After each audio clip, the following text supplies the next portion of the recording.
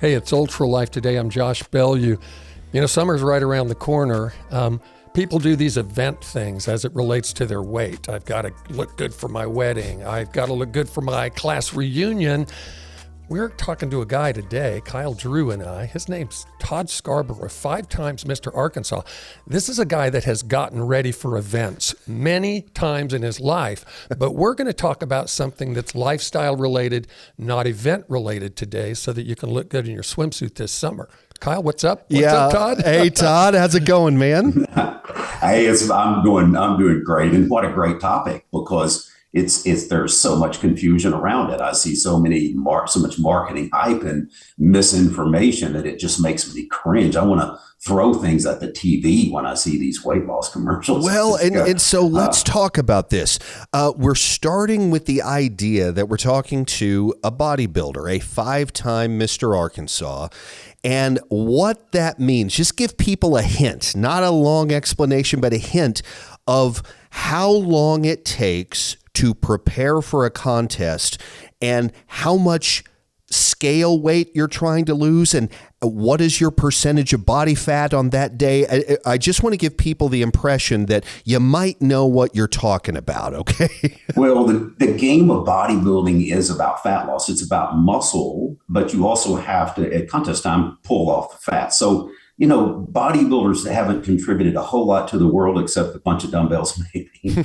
But as far as weight loss is concerned, fat loss, we're the pros at it. That's what we do. When people say they want to lose weight, I say, no, you don't. You want to lose fat. You don't want to lose weight. You lose muscle, you lose metabolic rate, you lose shape. And actually, the ideal is to have muscle and lower fat. So that's what we do.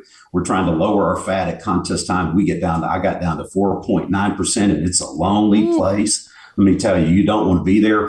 You know, the one thing that people have to realize, being in shape is looking good in your clothes. Being conditioned is what athletes look like we look like boxers and fighters look like at the time of their competition. These guys are in immaculate shape. And in order to get to that level, you have to put in a lot of work. But what applies to us fat loss wise, what we do to lose fat is the exact same thing that everyone else should do. It's the only way to lose weight and lose fat effectively and keep it off.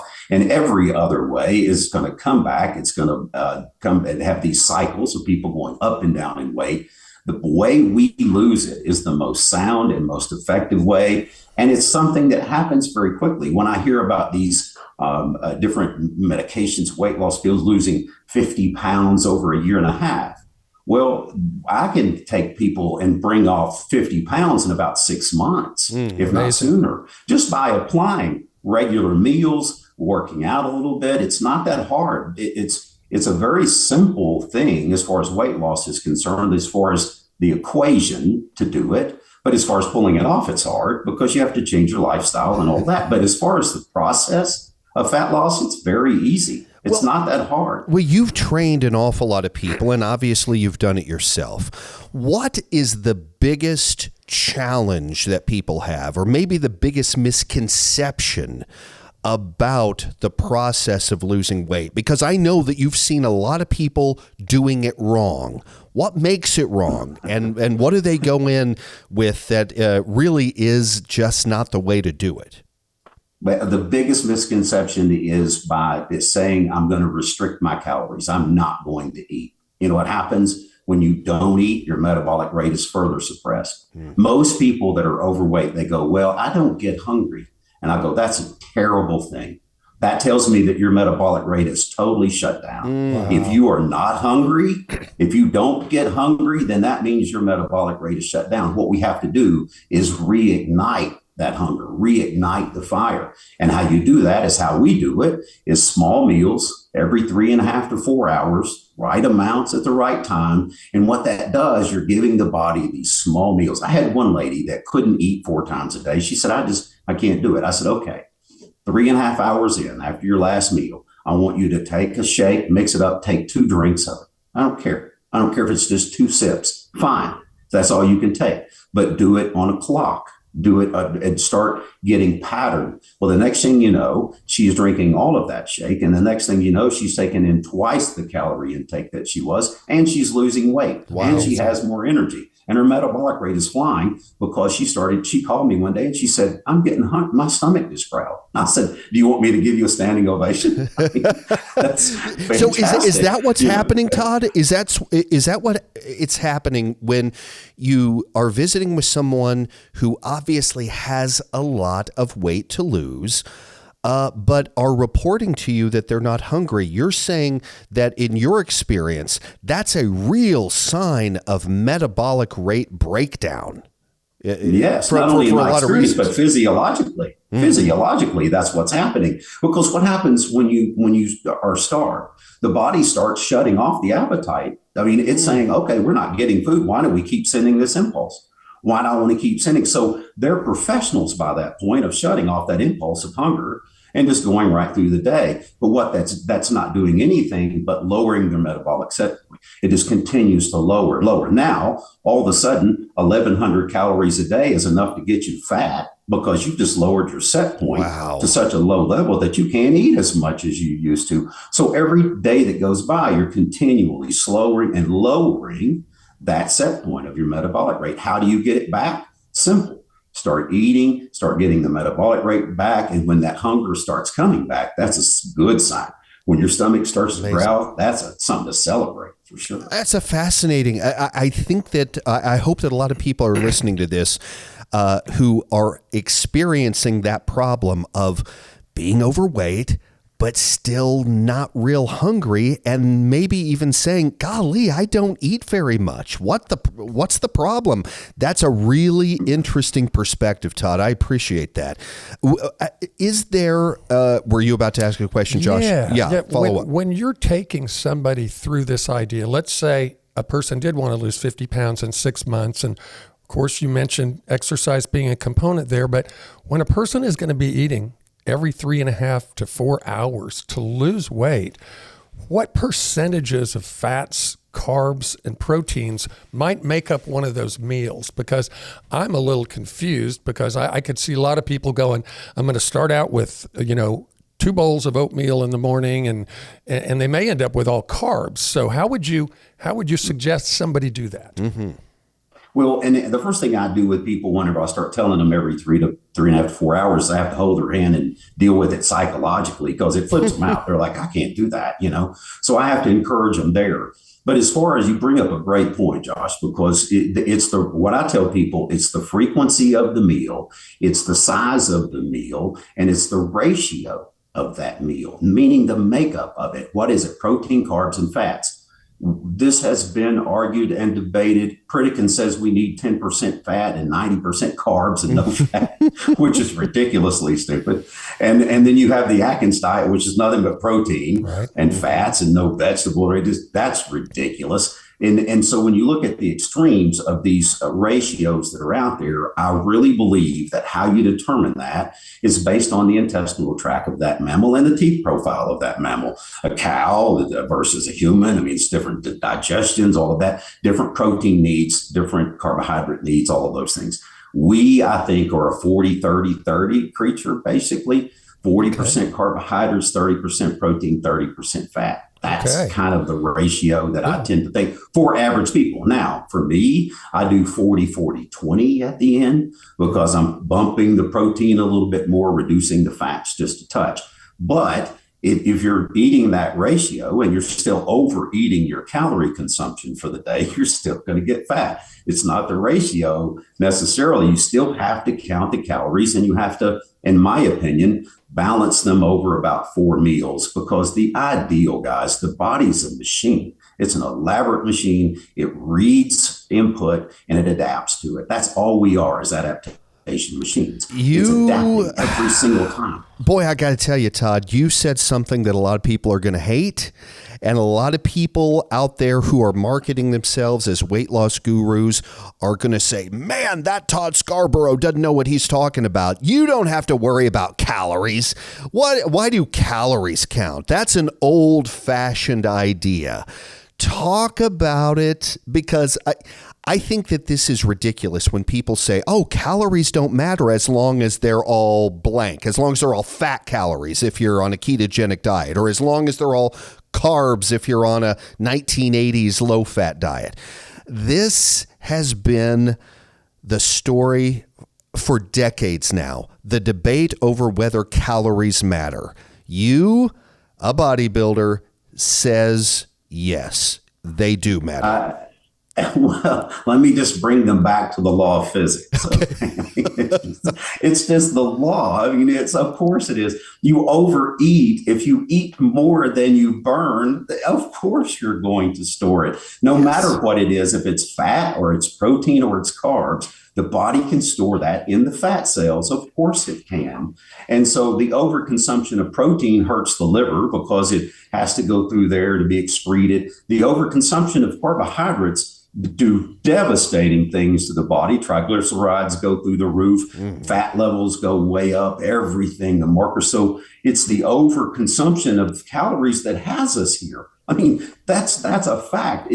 Look back in the 70s, you did not have these concentrated fuels. Sugar was a condiment. It was added to to sweeten it or something. Now people are existing on sugar. They're eating sugar for breakfast and drinking sugar all day long. And it's a scourge. I think it's one of the one thing, and to me, my mother fed me fudge. That's how she showed me love when I was a child. I have a mouthful of fillings to prove it. And so I'm still a sugar addict, but it's something that it's the overconsumption of calories that has us here, and mostly the overconsumption of simple sugars. Period. How, in your opinion, what is the most important part of the equation? Is it diet? Is it exercise? Is it some other third thing? There are lots of people who believe that they can out-exercise a junk food diet and be okay. So how do you weigh the importance of those different factors? Well, and you said what's the most important? I would say D, all of the above. You know, I mean, it kind of all has to play in. That you don't diet calories off, you don't diet fat off, you burn them off. That's the only way they come off. You have to burn them. And that has to either be through a metabolic rate that is risen or activity. And we know that physical exercise, it goes well beyond what it does for you on the weight loss level. Right. Let's face it. I mean, there are so many benefits. We couldn't talk about it in 2 hours as far as the benefit of physical exercise. So that's a part of the system, certainly. But I don't overwork people. I make them go 30 minutes a day, 4 days a week. That's not hard. That's 2 hours a week. That's not a lot of time.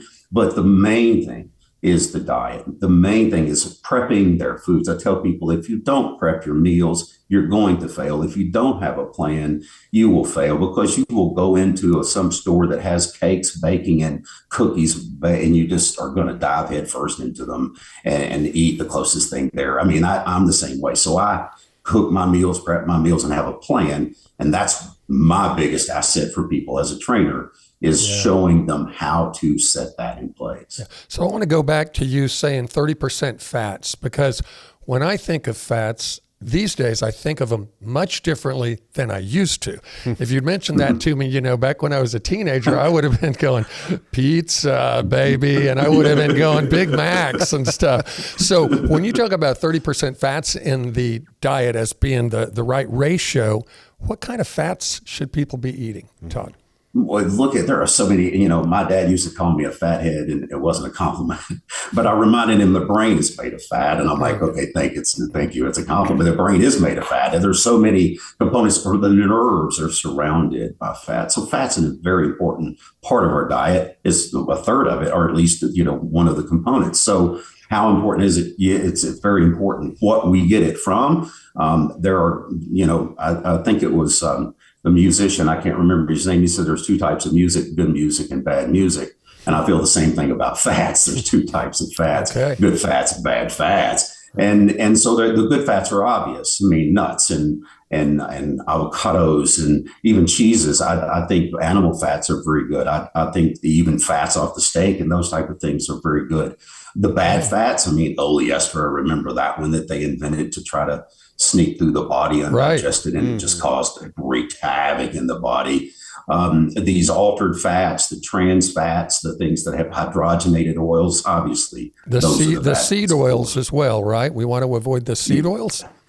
Well, yeah, I mean, as far as in concentration, I think, as far as olive oil and things like that, it's fantastic. Yeah. There's some seed oils like sesame seed oil. Okay. That's very good. I don't think any of it is bad necessarily. It's just the way it's processed, right. The way it's handled afterwards. And if it's rancid, it could be the best of omega-3 fatty acids, but if it's rancid, it's bad oil. I mean, it's got to be fresh. Yeah. Well, and the same question that Josh asked about fat, I'll ask about carbs. How do you advise people on the whole carb conversation, which is different in 2024 than it was even 10 years ago, obviously? Absolutely. And when I start consulting with people on this is carbs are the throttle, basically, of the body and how the body idles and energy levels and all of that. Too much of it, it'll go to fat very quickly. And we see that often. So what I do with carbohydrates as far as the types of carbs, obviously it's those ones that are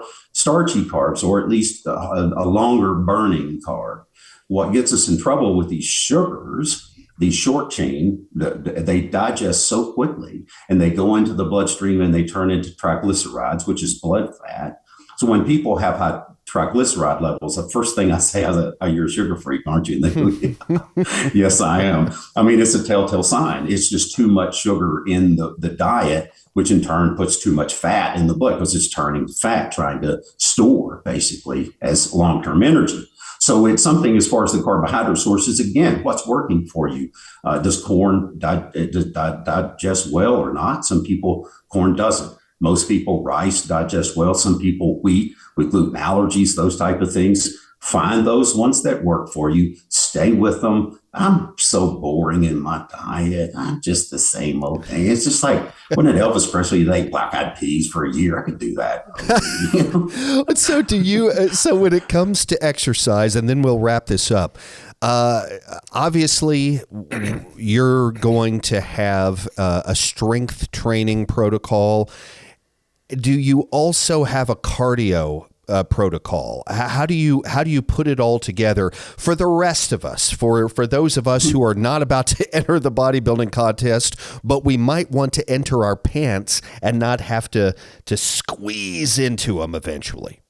This is the best way to end this show, and that's the way to lose fat. And people think it's high impact cardio, or it's this long drawn out thing, or whatever it may be. The single best fat burning exercise that we know of is an hour walk at a slow pace that you can hold a conversation with, that you can talk to your spouse and go for an hour right after dinner. All of my people, when they're dieting and they hit a wall on their weight loss, I say, do this after your last meal. Go for a walk for an hour, listening to educational stuff, books, whatever it may be, talk to your partner, whatever it may be, but go for that hour slow walk. And what that does is it sets that metabolic rate before you go to bed. It helps digest your last meal.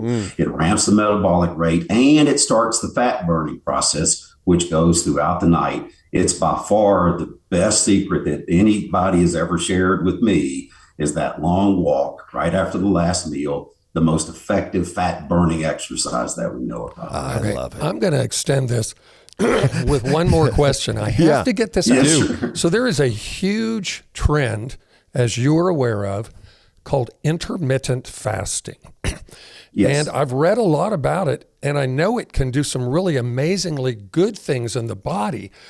How does someone reconcile the idea of intermittent fasting when you're talking about eating every 3.5 or 4 hours? Is that going to be something they need to avoid, or is that something that can be incorporated in and still be able to lose the weight they want? That certainly is a contrast between those two, and you kind of have to pick sides. Here's what it is. Intermittent fasting is very good for cleansing the body, no question about that, giving the intestinal tract a break. I believe in that type of fasting, certainly. Intermittent fasting for weight loss will work off the front end just simply because you're restricting those times. Right. So the body is burning that fat during the time that you don't have food. However, it's lowering the metabolic rate, number one, because you're not eating. That fire is only burning for a short time, and I don't like that. And it plays a great role goal after you get the fat burning process. When you get the metabolic rate ignited through frequent meals, then intermittent fasting can be beneficial. It can add a little bit to it. But if you start intermittent fasting right off the front end and you've got 80 pounds to lose, it's going to slow the process down. I am so glad I asked you that question because it was just troubling me. Yeah. It's like, wow. That is a great question. Cool. Todd, boy, I guess we could spend 5 more hours with you, but we know you. Okay, I see your look. We can do it. I want to do another show with you. Not right now, if you're okay with it. You mentioned cardio. I think, Josh, we need to talk to him a bit more about just cardio on another show. Absolutely. But this is going to help a lot of folks, Todd. Okay, that's Todd Scarborough, 5-time Mr. Arkansas, and potentially going to be doing it again, Kyle Drew. Did you hear him say that? Yes, I can't believe it. Yeah. I can't believe it. It freaks me out. Okay, well, Kyle Drew, Todd Scarborough, I'm Josh Bellew. This is Ultra Life Today.